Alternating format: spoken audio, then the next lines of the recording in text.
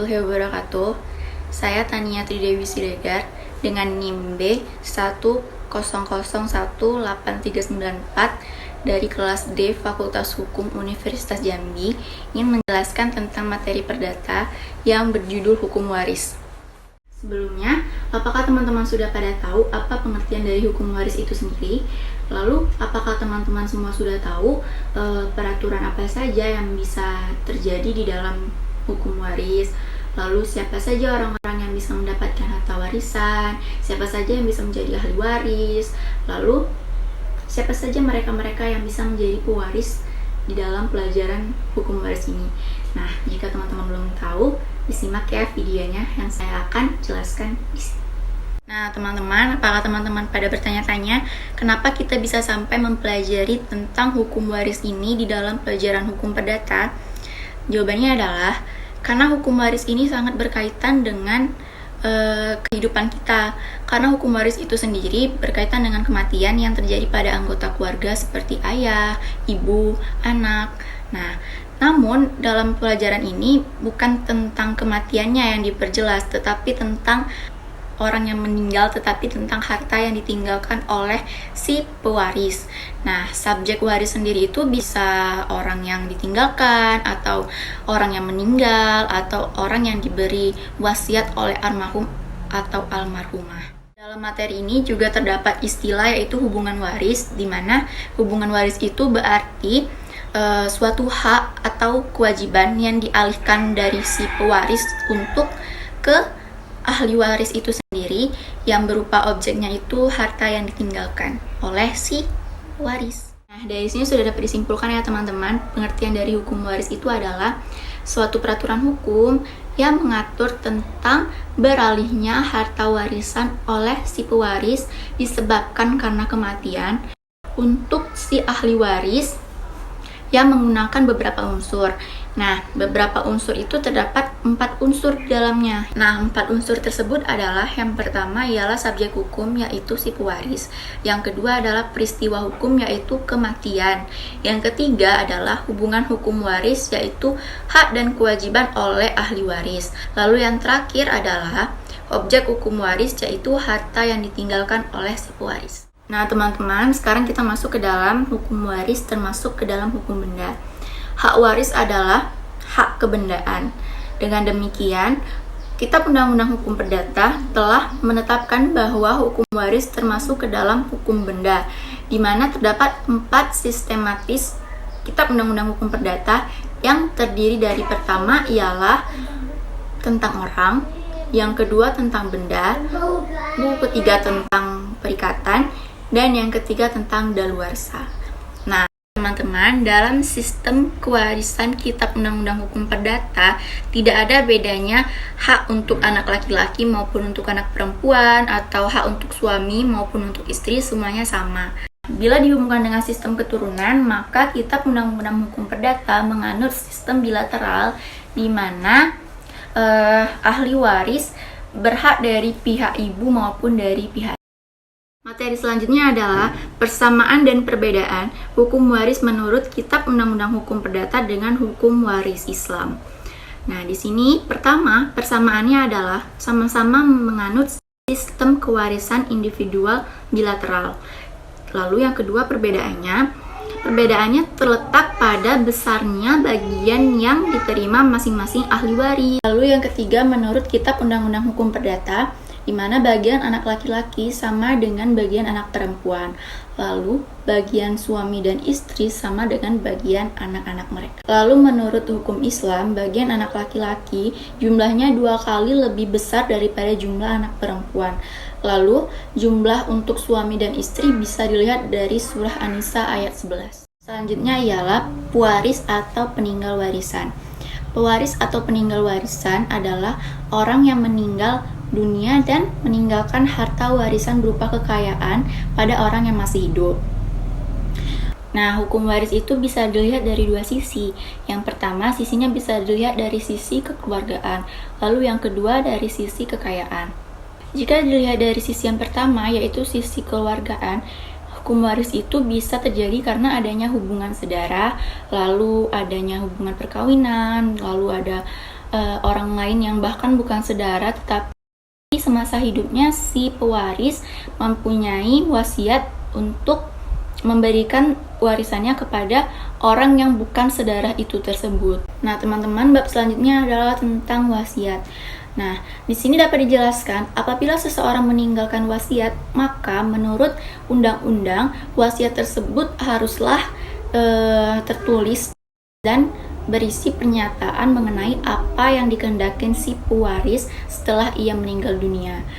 Nah, seperti yang termuat dalam pasal 875 Kitab Undang-Undang Hukum Perdata. Nah, di sini ada yang namanya testamen, di mana arti dari testamen itu sendiri adalah suatu pernyataan yang berbentuk akta, di mana yang itu berisi tentang apa yang dikehendaki oleh seseorang semasa hidupnya setelah ia meninggal nanti, dan apa saja hak yang akan dicabutnya. Nah, dari berdasarkan jenisnya, yang pertama adalah surat wasiat yang menurut bentuknya. Nah, menurut pasal 931 Kitab Undang-Undang Hukum Perdata, dalam wasiat yang ini juga terdapat 3 bagian. Bagian yang pertama yaitu surat wasiat holografis, yang kedua adalah surat wasiat berbentuk umum, yang ketiga adalah surat wasiat yang rahasia atau tertutup. Nah, untuk lebih jelasnya lagi, saya akan memaparkannya dalam bentuk tulis. Kedua adalah jenis wasiat berdasarkan isinya.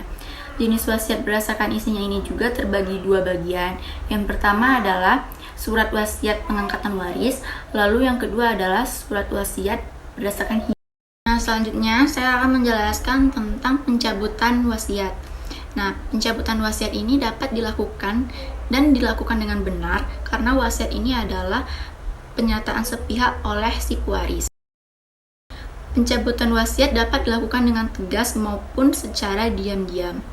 Jika mau dilakukan dengan pencabutan secara tegas, maka menurut pasal 992 Kitab Undang-Undang Hukum Perdata harus dilakukan dengan pencabutan surat wasiat yang baru, lalu atau dengan akta notaris khusus. Jika mau dilakukan secara diam-diam atau secara tidak tegas, maka menurut pasal 994 Kitab Undang-Undang Hukum Perdata, wasiat yang baru yang tidak tegas mencabut wasiat yang lama dan membatalkan wasiat yang terdahulu sepanjang tidak dapat disesuaikan dengan wasiat yang baru. Lalu ada ahli waris. Pengertian ahli waris sendiri adalah setiap orang yang berhak atas harta peninggalan si pewaris dan berkewajiban menyelesaikan hutang piutang si pewaris itu tersebut. Nah, teman-teman, namun tidak semua orang bisa menjadi ahli waris. Kenapa? Karena menurut pasal 838, orang yang tidak patut menjadi ahli waris memiliki syarat, yaitu yang pertama, mereka yang telah dihukum karena melakukan pembunuhan atau mencoba membunuh pewaris. Nah, mereka itu tidak bisa menjadi pewaris. Lalu yang kedua adalah mereka yang dengan putusan hakim dipersalahkan karena mereka telah memfitnah si pewaris. Terdapat beberapa penggolongan ahli waris. Yang pertama adalah penggolongan ahli waris ab intestato yang diatur dalam pasal 832 Kitab Undang-Undang Hukum Perdata yang menyatakan bahwa yang berhak menjadi ahli waris adalah keluarga sedarah dan istri atau suami yang masih hidup. Namun jika semua itu tidak ada, maka orang yang berhak menggantikan menjadi ahli waris adalah negara dan dapat digolongkan menjadi yang pertama anak, tetapi anak harus keturunan dari istri ataupun suami yang masih hidup. Lalu yang kedua adalah orang tua dalam artian bapak atau ibu dan saudara pewaris. Yang ketiga adalah nenek dan kakek si pewaris atau leluhur yang masih ada keturunan garis dengan si pewaris. Lalu ada yang namanya ahli waris testamentair. Nah, dalam itu orang yang tidak mempunyai hubungan keluarga sama sekali atau hubungan darah dengan pewaris. Tetapi semasa hidupnya pewaris pernah mengadakan pewaris, tetapi karena ayah telah meninggal lebih dahulu, maka anak ayah yang meninggal tersebut menjadi ahli waris mengganti ayahnya dari harta kekayaan si kakek. Ketentuan mengenai harta warisan itu bila mana orang tertentu apabila ia meninggal, orang itu dapat menerima sebagian hartanya melalui suatu wasiat atau testamen. Lalu ada yang namanya ahli waris yang tidak berhak mendapat warisan atau yang tidak berhak mewaris, yaitu mereka yang telah dihukum karena dipersalahkan telah membunuh atau mencoba membunuh si pewaris. Lalu yang kedua adalah mereka yang dengan putusan hakim dipersalahkan karena dengan fitnah mengadukan pewaris telah melakukan suatu tindak kejahatan yang dapat diancam dengan hukuman penjara 5 tahun. Lalu yang ketiga adalah mereka yang dengan kekerasan telah mencegah pewaris mencabut atau membuat suatu wasiat. Nah, yang terakhir adalah mereka yang telah menggelapkan, merusak, dan memalsukan surat wasiat yang telah dibuat oleh si pewaris. Nah, teman-teman, ahli waris pengganti itu juga ada di dalam hukum waris itu. Apa itu ahli waris pengganti? Mereka itu yang ada ahli waris yang memperoleh warisan karena kedudukannya sendiri terhadap pewaris, misalnya anak pewaris atau istri pewaris atau ayah si pewaris, suami pewaris, semacam itu. Lalu yang kedua ada ahli waris pengganti berhubung di mana orang yang berhak menerima warisan tersebut telah meninggal lebih dahulu daripada si pewaris. Contohnya seorang ayah meninggal lebih dahulu dari kakek yang seharusnya ayah menjadi. Lalu berikutnya adalah harta warisan.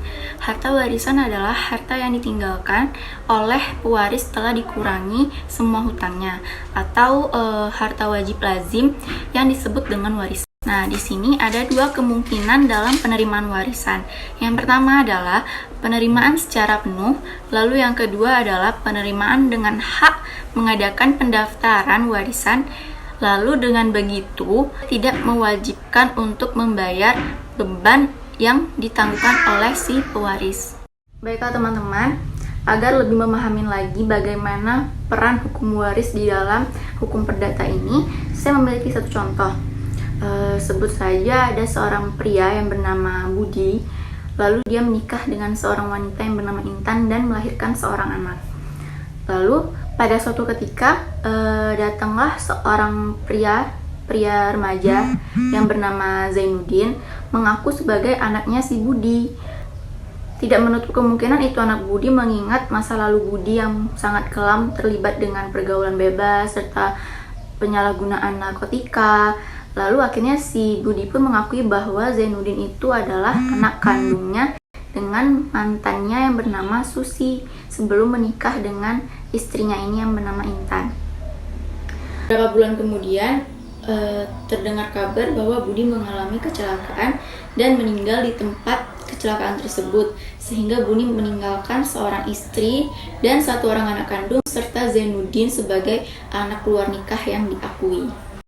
Nah, menurut pasal 272 Kitab Undang-Undang Hukum Perdata, anak luar kawin yang dapat diakui adalah anak yang dilahirkan oleh seorang ibu tetapi tidak dibenihkan oleh seorang pria yang berada dalam ikatan perkawinan yang sah dengan ibu anak tersebut, dan tidak termasuk dalam kelompok anak zina atau anak sumbang. Dalam pasal itu ditegaskan yang dimaksud anak luar kawin adalah anak yang dilahirkan oleh seorang ibu tetapi tidak dibenihkan oleh laki-laki yang berada dalam ikatan pernikahan yang sah dengan ibu anak tersebut. Anak luar nikah dapat mewaris sepanjang anak tersebut mempunyai hubungan hukum dengan si pewaris. Hubungan hukum dalam hal ini adalah pengakuan dari si pewaris bahwa anak di luar nikah itu adalah anak kandungnya sendiri. Sebab anak luar nikah yang diakui mendapat warisan hanya anak diakui oleh ayahnya. Nah, melihat kasus di atas tadi, kita udah dapat menyimpulkan ya bahwa Zainuddin itu bisa menjadi ahli waris secara sah karena si Zainuddin telah diakui sebagai anak dari si Budi. Nah, dalam pembagian warisan juga besar bagian yang diterima oleh si anak tersebut tergantung dari golongan mana anak luar nikah itu diwariskan. Dari derajat hubungan kekeluargaan dari para ahli waris yang sah menurut pasal 863 Kitab Undang-Undang Perdata berbunyi bila pewaris meninggal dengan meninggalkan keturunan yang sah dan atau suami istri, maka anak luar kawin yang diakui mewarisi sepertiga bagiannya dari mereka yang sedianya harus mendapat seandainya mereka adalah anak sah. Jika Budi meninggal dunia dikarenakan kecelakaan lalu lintas, maka Budi meninggalkan harta sebesar 250 juta dan tiga ahli waris yang mendapatkannya yaitu anak kandungnya, istri dan Zainuddin sebagai anak kandung di luar nikah. Nah, Jika seandainya Zainuddin adalah anak kandung Budi, maka dia mendapat warisan sebesar 1/3 kali 250 juta, sama dengan 83 juta, bla bla bla. Nah, dikarenakan Zainuddin berstatus anak luar nikah, maka Zainuddin hanya mendapat 1/3 dari harta yang seharusnya didapatkan bila ia berstatus sebagai anak kandung, yaitu sebesar 1/3 dikali 83,33 juta, yaitu sekitar 27,7 juta sekian. Nah, dan warisan yang didapatkan oleh istri dan anak kandung sah Budi adalah total dari keseluruhan Budi dikurangi dengan warisan yang didapatkan oleh ibu anak tersebut. Baiklah, sekian materi perdata tentang hukum waris yang saya sampaikan. Lebih dan kurangnya saya mohon maaf. Wassalamualaikum warahmatullahi wabarakatuh.